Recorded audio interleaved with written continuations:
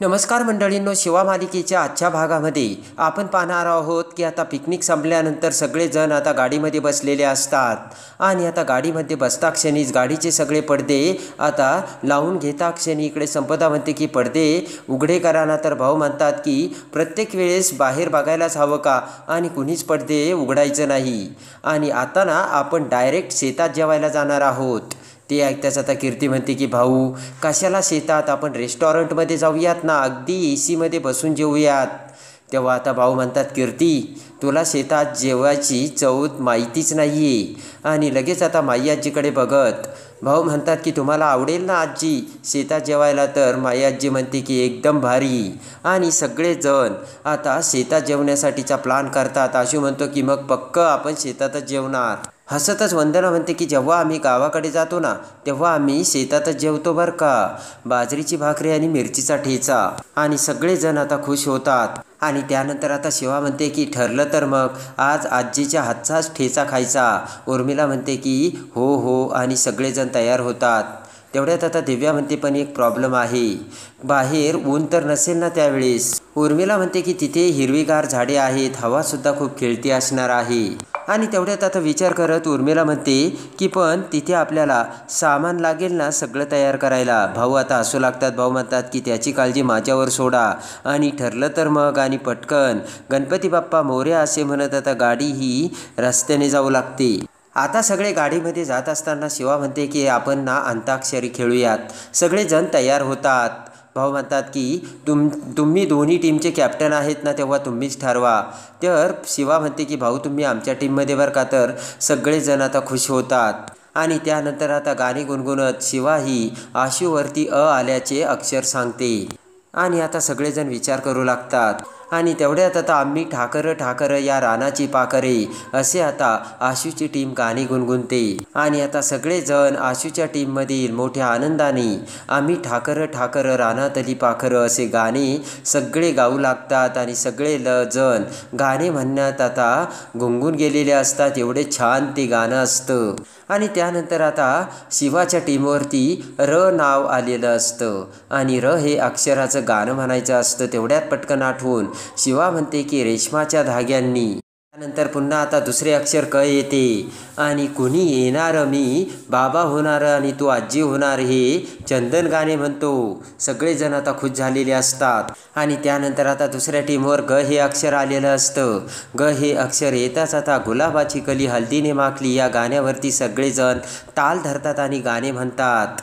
सगळेजण आता खूप खुश झालेले असतात. आणि हे सगळे गाण्याची अंत्याक्षरी चालू असतानाच आता एका आंब्याच्या बागेमध्ये गाडी येऊन उभं राहिलेली असते. आणि त्यानंतर आता तिथे खूप मोठी मोठी आंब्याची झाडे असतात.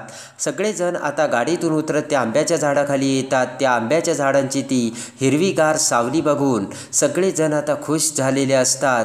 वा वा असे म्हणत आता भाऊ म्हणतात की आपण शहरात सगळी तिकडे AC मध्ये असतो आणि ही नैसर्गिक सावली आहे झाडांची, हा फरक आहे. तर लक्ष्मण म्हणतो अगदी बरोबर. आणि तेवढ्यात आता पाठीमागून आशू आणि चंदन सामान घेऊन येतात. अंथरण्यासाठी चटई आणि बाकीच्या सगळ्या गोष्टी आता आशूने आणलेल्या असतात. आणि सगळेजण आता खाली बसतात. तर इकडे आता दिव्या चंदनला म्हणते चंदन माझं ऐकून तरी घे ना. चंदन आता खूप गडबडीत असतो. चंदन म्हणतो बोल पटकन दिव्या. तेव्हा आता दिव्या म्हणते चंदन अरे माझा फोटो काढ ना. चंदन तर म्हणतो दिव्या तू तर म्हणाली होतीस तुला उन्हाचा त्रास होतोय म्हणून. तेवढ्यात आता दिव्या म्हणते नाही नाही चंदन मला उन्हातच फोटो काढायचा आहे आत्ता.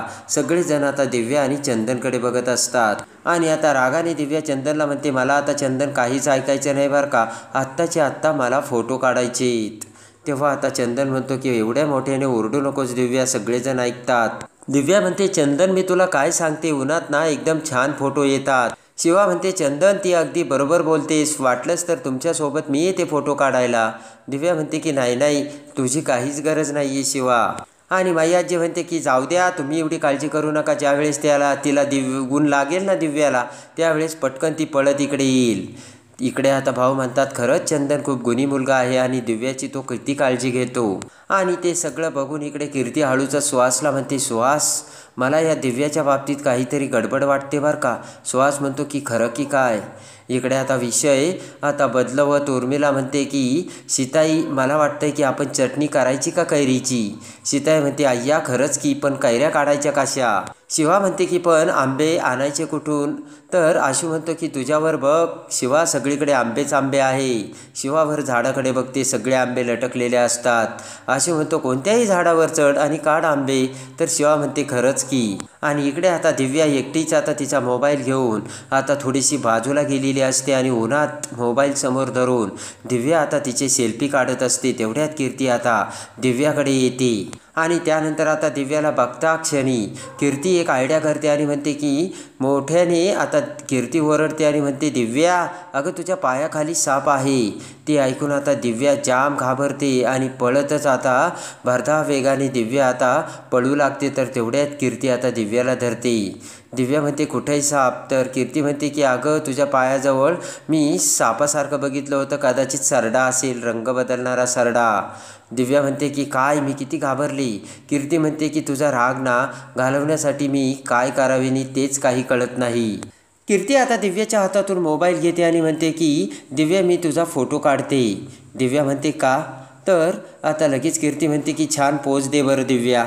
आता कीर्ती फोटो काढू लागते. कीर्ती दिव्याला म्हणते की तू ना खूप छान दिसतेस. आणि त्यानंतर आता कीर्ती दिव्याचा छान फोटोवरती हात ठेवून फोटो काढते. तो फोटो दाखवत कीर्ती म्हणते की दिव्या अगं बाळाच्या ट्रीटमेंटसाठी तू कोणत्या डॉक्टरकडे जाते.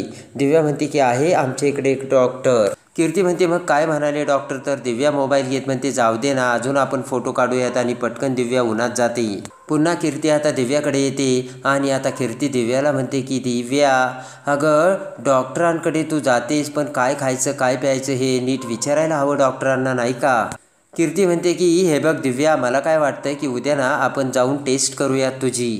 दिव्या म्हणते की हे बघ कीर्ती माझ्या ओळखीचे डॉक्टर आहेत आमच्याकडचे, त्यांनी ना आम्हाला सगळं काही व्यवस्थित सांगितलं बाळाविषयी. तर आता कीर्ती म्हणते की दिव्या ऐक ना. कीर्ती म्हणते की तुमच्या वस्तीतले डॉक्टर ना त्यांच्याकडे काहीच इक्विपमेंट नसतात. मी एकदा आईला सांगते तिच्या ओळखीचे आहे खूप स्पेशालिस्ट डॉक्टर आहेत. आणि दिव्या म्हणते की कीर्ती बघू यात आपण नंतर. कीर्ती म्हणते नंतर कशाला आपण आत्ताच बघूयात ना. असे म्हणत कीर्ती आता दिव्याचा हात धरते आणि म्हणते की चल बरं आईकडे. दिव्या म्हणते की कीर्ती एवढी घाई का करतेस. कीर्ती म्हणते घाई का करतेस म्हणजे आईच्या ओळखीची मैत्रीण आहे ती, तिच्याकडे लगेच अपॉइंटमेंट घ्यायला हवी. आणि त्यानंतर आता दिव्याची घाबरगुंडी उडालेली असते. हसतच आता कीर्ती म्हणते की मला हे माहीत होतं दिव्या तू प्रेग्नंट नाही आहेस. काय पाण्यात उड्या मारतेस, काय छत्री घेऊन इकडे तिकडे नाचतेस, काय तुला पपई खायची आणि काय तुला पायनॅपल शिरा खावासा वाटतोय, सगळं मला कळलं होतं. कीर्ती म्हणते की किती नाटक करणार आहे दिव्या. निदान आपलं पितळ उघडं पडू नये याची तर काळजी घ्यायची होतीस ना.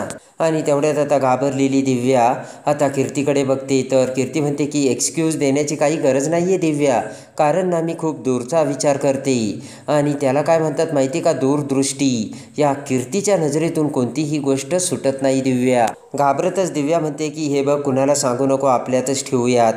कीर्ती म्हणते हे बघ या कानाची त्या कानाला कळणार नाही, तू घाबरू नकोस दिव्या.